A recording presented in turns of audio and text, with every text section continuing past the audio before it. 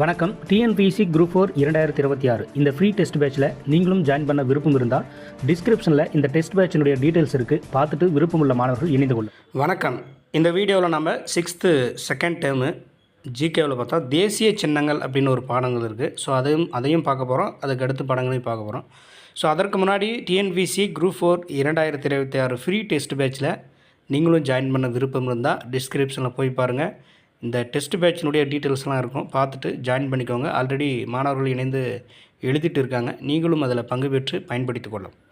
So இன்றைக்கி நம்ம பார்க்கலாம் தேசிய சின்னங்கள், முக்கியமான ஒரு பாடம். இதிலிருந்து கேள்விகள் வழக்கமாக கேட்டுட்ருக்காங்க. இப்போ இதில் என்னென்னா முக்கியமாக அப்படின்னா, அங்கே பாருங்கள், இந்த உங்களுக்கு தெரியுமா அப்படின்றதுல தமிழ்நாட்டில் புதுக்கோட்டை மாவட்டத்தில் உள்ள விராலிமலையில் மயில்களுக்கான சரணாலயம் உள்ளது. இந்த கொஸ்டின்ஸை அப்போ கேட்டிருக்காங்க 2016 நினைக்கிறேன், குரூப் 4 எக்ஸாமில் கேட்ட ஒரு கொஸ்டின்ஸ் பார்த்துக்கணும். விராலி மலை மயில்கள் சரணாலயம் எங்கே இருக்குதுன்னா புதுக்கோட்டை மாவட்டம். ஆனால் இன்னொரு புக்கில் விருதுநகர் மாவட்டம்னு இருக்கும். ஸோ பார்த்துக்க, ரெண்டுமே ஆப்ஷன் தர மாட்டாங்க, ஏதாவது ஒன்று கொடுப்பாங்க. இதில் வந்து புதுக்கோட்டை இருக்குது, சில புக்கில் விருதுநகரம் அப்படி கொடுக்குறதா பார்த்துருப்போம். அடுத்து வேறு என்ன, இதெல்லாம் சும்மா கதைகளாக இருக்கும். அடுத்து இந்த நதிகளை சொல்லியிருப்பாங்க பாருங்கள். 2525 கிலோமீட்டர் தொலைவுக்கு பாயும் இந்தியாவின் நீளமான நதியும் இதுதான் அப்படின்னு இது கங்கை நதியை சொல்கிறாங்க.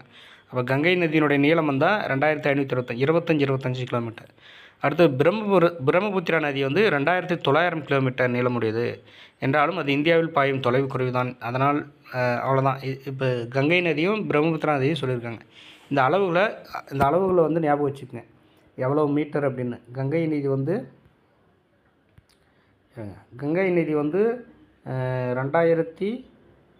2525, பிரம்மபுத்திரா வந்து 2900. இந்த அளவுகள் வந்து ரொம்ப முக்கியமானது, பார்த்து வச்சுக்கணும். அடுத்து வேறு என்ன, அடுத்து கீழே வந்தோம்னா இதிலலாம் ஒன்றும் பெருசாக இருக்காது. அப்படியே ட்ரோல் பண்ணிட்டு வந்தோம்னா இப்போ பாருங்கள், இப்போ வந்து இயற்கை தேசிய சின்னங்கள் இது கண்டிப்பாக கேட்கலாம், பொறுத்துகள் அந்த மாதிரி கேட்பாங்க. இப்போ தேசிய சின்னங்கள்னால் ஒவ்வொன்றும், இப்போ மாநில மரம், மாநில விலங்கு, இல்லை தேசிய மரம், தேசிய விலங்கு, அதுன்ற மாதிரி தேசிய சின்னங்கள். இப்போ நம்மளுடைய இது பெருமையின் சின்னமாகவும் மருத்துவ குணம் கொண்டது. ஆலமரத்தை சொல்கிறாங்க. மரம், இந்தியாவின் தேசிய மரம் எதுனா ஆலமரம். அது எந்த ஆண்டு அங்கீகரிக்கப்பட்டதுன்னா 1950 ஞாபகம் வச்சுக்கணும். அடுத்து தாமரை தேசிய மலராக அறிவித்தாங்க 1950, 250 தான். அடுத்து வந்து பறவை வந்து மயில் 1963. இந்தியாவை தாயமாக கொண்டது தோகை கொண்ட பறவை மயில், தோகை கொண்டது அப்படின்றாங்க. அடுத்து புலி வந்து 73. இந்த புலியும் மயிலும் ஒரே மாதிரி பாருங்கள்.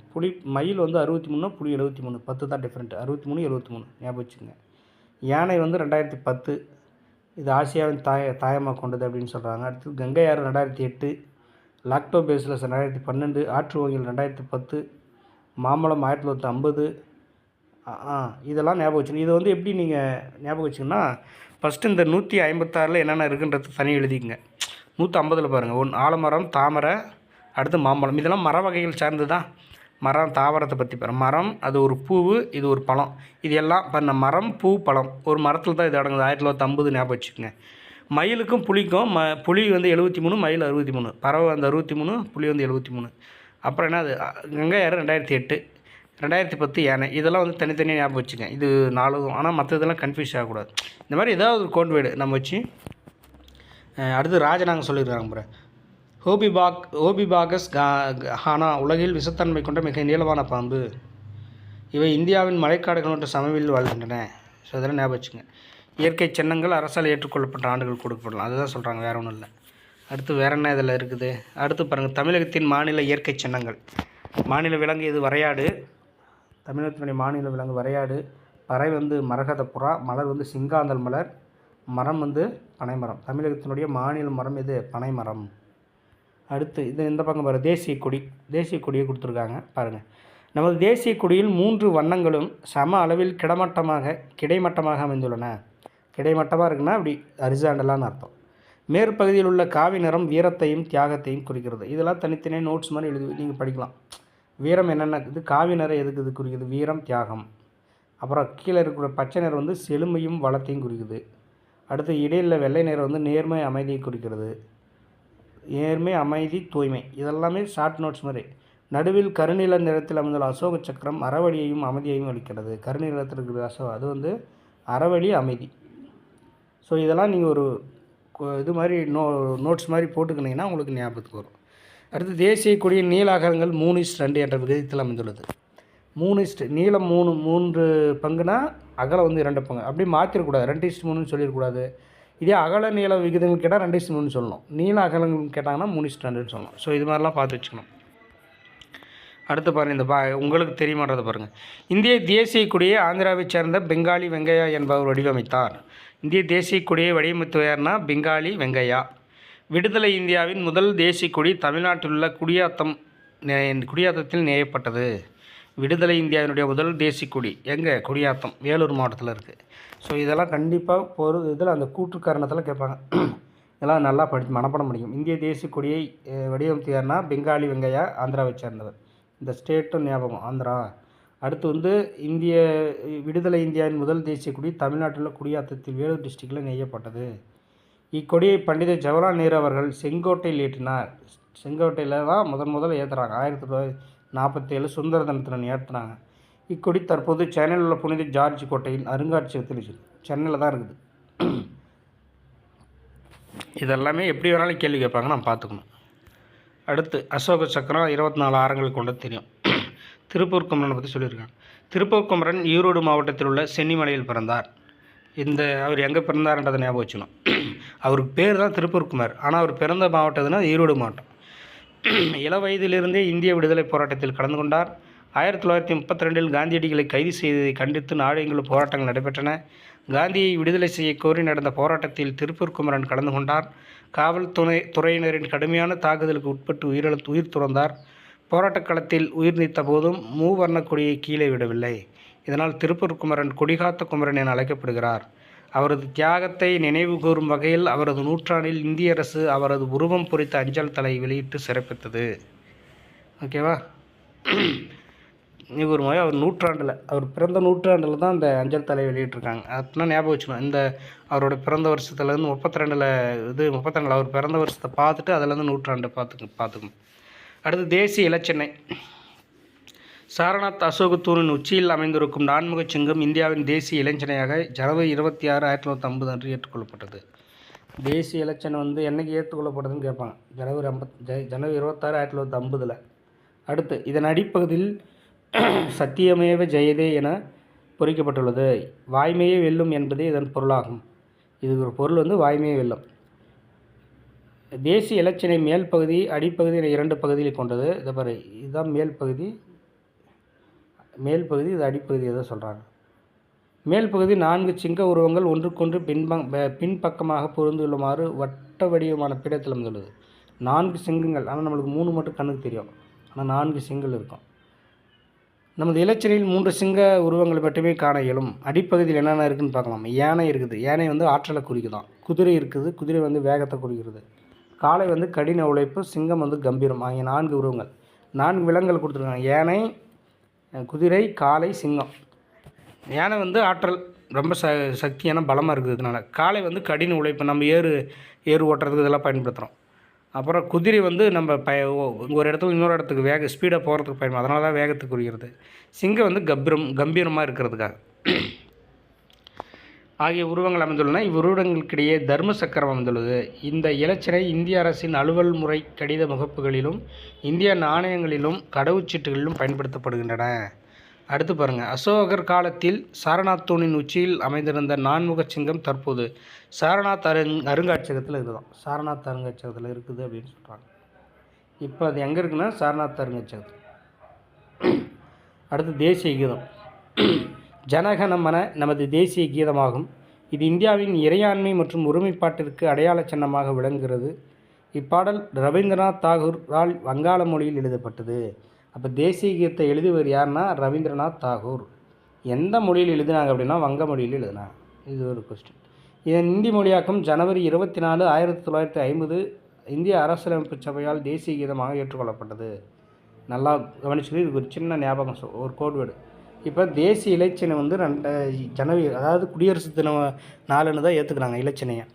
ஆனால் அந்த தேசிய கீதத்தை மட்டும் 2 நாளைக்கு முன்னாடி தேசிய கீதமாக ஏற்றுக்கொள்ளப்பட்டது. நாம் ஒரு ஞாபகத்துக்காக என்ன பண்ணுறோம், ஒரு 26ஆம் தேதி நிகழ்ச்சி நடக்க போகுது. அப்போ மியூசிக்கெலாம் ட்ரையல் பார்ப்பாங்களா, அந்த மாதிரி 2 நாளைக்கு முன்னாடி மியூசிக்கெலாம் ரெடி பண்ணி தயார் வச்சுட்டாங்க. அதனால தான் 2 நாளைக்கு முன்னாடி அப்படின்றத ஞாபகம் வச்சுக்கோங்க. தேசிய கீதம் ஜனவரி 24, அது ஞாபகம் வச்சுக்கோங்க. அடுத்து இந்த பாக்ஸை பாருங்கள். 1911 டிசம்பர் 27ஆம் நாள் கொல்கத்தாவில் நடைபெற்ற இந்திய தேசிய காங்கிரஸ் மாநாட்டின் போது இப்பாடல் முதலாக பாடப்பட்டது. இது இந்த தேசிய கீத பாடல் முதலாக பாடப்பட்டது. டேட் கேட்பாங்க. 1914 டிசம்பர் 27 கொல்கத்தாவில் நடக்குது ஒரு இந்திய தேசிய காங்கிரஸ். இந்திய தேசிய காங்கிரஸினுடைய மாநாடு கொல்கத்தாவில் 1911 டிசம்பர் 27 நடக்குது. அன்றைக்கி தான் முதல் இந்த பாட்டை பாடிக்கிறாங்க. அது பாடினது யாருன்னா ரவீந்திரநாத் தாகூர் தான். அடுத்து பாருங்கள். பாடும்போது பின்பற்ற வேண்டியவன். இக்கீதத்தை சுமார் 52 வினாடிகளில் பாட அல்லது இசைக்க வேண்டும். 52 வினாடி. இது ஒரு முக்கியமானது. கேட்பாங்க எத்தனை வினாடிகள்? 52. அடுத்து பாடும்போது அனைவரும் எவ்வித அசைவுகளுமின்றி நேரடியாக நிற்க வேண்டும். பொருள் புரிந்து சரியாக பாட வேண்டும் அப்படின்னு சொல்கிறாங்க. அடுத்து தேசிய பாடல் வந்தே மாதரம். வங்க எழுத்தாளர் பங்கிம் சந்திர சட்டர்ஜி எழுதிய வந்தே மாதரம் பாடலின் முதல் பக்தி விடுதலை போராட்டத்தில் முக்கிய பங்களித்தது. இதன் காரணமாக தேசிய கீதத்திற்கு இணையான தேசிய பாடல் என்ற சிறப்பு இப்பாடலுக்கு அளிக்கப்படுகிறது என அரசியலமைப்பு சட்ட நிர்ணய மன்ற தலைவரும் மேனாள் குடியரசுத் தலைவருமான ராஜேந்திர பிரசாத் 1950 ஜனவரி 24ஆம் நாள் அறிவித்தார். இப்பாடல் ஆனந்த மடம் என்ற நாவலிலிருந்து எடுக்கப்பட்டது. ஸோ இதில் நிறைய கொஸ்டின்ஸ் இருக்குது. என்னென்னா இந்த தேசிய பாடல் வந்தே மாதத்தை எழுதி வருகிறேன்னா பங்கிம் சந்திர சட்டர்ஜி. ஓகேவா? அதேமாரி இது தேசிய கீதத்துக்கு இணையாக போற்றப்படுதுன்னு சொன்னது யாருன்னா ராஜேந்திர பிரசாத். அவர் தான் அந்த குடியரசுத் தலைவராக இருந்தவர். இது எப்போ ஏற்றுக்கொள்ளப்பட்டாங்கன்னா அதேமாதிரி தேசிய கீதத்தை மாதிரி அதே ஜனவரி 24 1950. இதை எங்கேருந்து எடுத்தாங்கன்னா ஆனந்த மடல் அப்படின்ற ஒரு நாவலிருந்து இந்த பாட்டு எடுத்துருக்காங்க. அவ்வளோதான். இதிலேருந்து அவங்க எப்படி கேள்வி கேட்டாலும் எழுதிருங்க. அடுத்து தேசிய உறுதிமொழி. இந்தியா எனது தாய்நாடு என தொடங்கும் நமது தேசிய உறுதிமொழியை பிதிமாரி வெங்கட சுப்பாராவ் என்பவர் தெலுங்கில் எழுதினார். அப்போ தேசிய உறுதிமொழி எழுதினா பிதிமாரி வெங்கட சுப்பாராவ். எந்த மொழினா தெலுங்கு மொழியில். ஸோ இதெல்லாம் எப்படி வேணாலும் கூட்டுக்காரர்கள் கேட்பாங்க. பிதிமாரி வெங்கட சுப்பாராவ் தெலுங்கு மொழியில் எழுதினார். அடுத்து தேசிய நுண்ணுயிரி. நம் அன்றாடம் சாப்பிடும் தயிர் பாலிலிருந்து உருவாக பயன்படுவது லாக்டோபேசிலஸ் டெல்புரிக் எனும் நுண்ணுயிரி. பால் உருவாக்குறது லாக்டோபேசிலஸ் டெல்புரிக். 2012ஆம் ஆண்டில் இது தேசிய நுண்ணுயிரியாக அங்கீகரிக்கப்பட்டது. அதாவது மேலே அந்த பாக்ஸில் பார்த்துருப்பீங்க. 2012 தான் தேசிய நுண்ணுயிரியாக லாக்டோபேசிலஸ் டெல்புரிக்கே அங்கீகரிக்கப்பட்டது. இந்த பாக்டீரியா வேதிவினை புரிந்து பாலில் இருக்கும் புரதத்தை மாற்றுவதால் தயிர் கிடைக்கிறது. தயிர் செரிமானத்துக்கும் வயிற்று கோளாறுகளுக்கும் குளிர்ச்சி தருவதற்கும் அறியப்பட்டது அப்படின்றாங்க. அடுத்து இந்திய நாணயம் INR. இந்தியாவின் அதிகாரப்பூர்வ பணத்தின் பெயர் ரூபாய். 16ஆம் நூற்றாண்டில் மன்னர் ஷெர்ஷா சூரி வெளியிட்ட வெள்ளி நாணயத்துக்கு ருபியா என்று பெயர். அதுவே ரூபாய் என மருவியுள்ளது. ரூபாய்க்கான சின்னம் இந்த சின்னத்தை 2010 வடிவமைத்தவர் தமிழகத்தைச் சேர்ந்த டி. உதயகுமார். இதில் என்னென்ன நம்ம இந்தியாவுடைய நாணயத்து ரூபாய்ன்னு சொல்கிறோம். அது எங்கேருந்து எடுத்தாங்கன்னா 16ஆம் நூற்றாண்டில் மன்னர் ஷெர்ஷா சூரி வாழ்கிறாரு. அவர் ஒரு வெள்ளி நாணயத்தை வெளியிடுறார். அன்றைக்கி அந்த வெள்ளி நாணயத்துக்கு என்ன பேர்னா ருபியா. அதை பின்பற்றி தான் நம்ம ரூபாய் அப்படின்னு சொல்லுவோம். அதனுடைய குறியீடு இப்போ நாம் பயன்படுத்துகிற குறியீடை உருவாக்கினது யாருன்னா தமிழ்நாட்டைச் சேர்ந்த டி. உதயகுமார். எந்த வருஷம் தான் 2010 உருவாக்கினார். அதான் அந்த சிம்பிள் கொடுத்துருக்காங்க பாருங்கள். அதுதான். ஓகேவா? அடுத்து தேசிய நாட்காட்டி. பேரரசர் கனிஷ்கர் காலத்தில் கிபி 78 சக ஆண்டு முறை தொடங்கியது. கிபி 78 கனிஷ்கர் காலத்தில் சக ஆண்டு முறை எப்போ தொடங்கியதுன்னு கேட்டாங்கன்னா கிபி 78. இளவேனில் கால சம பகலிரவு நாளான மார்ச் 22 அன்று இந்த ஆண்டு தொடங்குறது. அப்போ இதுவும் ஒரு கொஸ்டின். சம பகல் இரவு நாள் அப்படின்னா மார்ச் 22. லீஃப் ஆண்டுகள் இது மார்ச் 21 அமையும். எல்லா ஆண்டுகளும் 22, ஆனால் லீஃப் ஆண்டு மட்டும் 21 அமைன்னு சொல்கிறாங்க. சக ஆண்டு முறையையே நமது தேசிய நாட்காட்டி பின்பற்றுகிறது. பிரபல வான் இயற்பியலாளரான மேக்நாத் சாஹா தலைமையிலான நாட்காட்டி சீரமைப்பு குழுவின் பரிந்துரையின் பேரில் 1957 மார்ச் 22 முதல் தேசிய நாட்காட்டி எழுதப்பட்டது. இப்போ தேசிய நாட்காட்டி ஏற்றுக்கொள்ளப்பட்ட நாள் எதுன்னு கேட்டால் மார்ச் 22 1957. யாருடைய குழுவினுடைய பரிந்துரைனா மேக்நாத் சாஹா அப்படின்னு ஒருத்தர், அவருடைய தலைமையிலான குழு தான் பரிந்துரைக்குது. அதன்படி 1957 மார்ச் 22ஆம் தேதி தேசிய நாட்காட்டி ஏற்றுக்கொள்ளப்பட்டது. இந்த வருஷங்கள்லாம் ரொம்ப முக்கியம். அடுத்து வேறு என்ன? அப்புறம் ஆகஸ்ட் 15 இந்திய சுதந்திரம் ஆனது உங்களுக்கு தெரியும். மற்றது என்ன வேறு என்ன? அங்கே பாருங்கள், இந்த பேராகிராஃப் படிக்கலாம். தேசிய விடுமுறை நாட்கள்.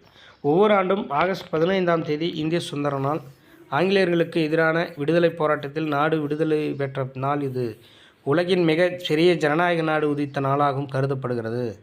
நாடு விடுதலை பெற்ற நாளன்று மகாகவி பாரதியாரின் ஆடுவோமே பள்ளு பாடுவோமே ஆனந்த சுதந்திரம் அடைந்து விட்டோம் என்ற பாடலை அகில இந்திய வானொலியில் பாடி பெருமை பெற்றவர் மறைந்த கர்நாடக இசைப்பாடகி டி.கே. பட்டம்மாள். இதுங்க ஒரு கர்நாடக இசைப்பாடகி டி.கே. பட்டம்மாள். பாரதியாரோட இந்த பாட்டை வந்து அகில இந்திய வானொலியில் பாடினது யார் அப்படின்னு கேட்பாங்க. யார்? அகில இந்திய வானொலியில். அதே மாதிரி இது எதில் பாடினாங்கன்னு கேட்கலாம். அகில இந்திய வானொலியில் டி.கே. பட்டம்மாள் அவங்க பாடுறாங்க. சுதந்திர நாள் இன்றைக்கும் நாடெங்கும் கோலாகலமாக அனைத்து தரப்பினர்களால் கொண்டாடப்படுகிறது. அன்றைக்கு நாட்டின் பிரதமர் டெல்லி செங்கோட்டையில் கொடியேற்றுவது முக்கிய நிகழ்வாகும். செங்கோட்டை எங்கே இருக்குன்னா டெல்லியில் இருக்குது. அடுத்து இந்த பக்கம் 1950 ஜனவரி 26ஆம் தேதி இந்தியா குடியரசு நாளாக அறிவிக்கப்பட்டது. அப்போ இந்தியா குடியரசு நாளாக அறிவிக்கப்பட்ட டேட் வந்து ஜனவரி 26, 1950. அதை கொண்டாடும் வகையில் ஒவ்வொரு ஆண்டும் குடியரசு நாள் கொண்டாடப்படுகிறது. இந்திய அரசியல் சாசனம் நடைமுறைக்கு வந்த நாளே குடியரசு நாள். இந்திய அரசியல் சாசனம் நடைமுறைக்கு வந்த நாள் தான் குடியரசு நாள். 1947 நாடு விடுதலை பெற்று விட்டாலும் அதற்கு பிறகும் பிரிட்டன் அரசே இந்தியாவின் கௌரவ தலைவராக இருந்து வந்தார். குடியரசு நாடாக அறிவிக்கப்பட்ட பிறகு நாட்டின் முதல் குடிமகன் குடியரசுத் தலைவர் ஆவார்.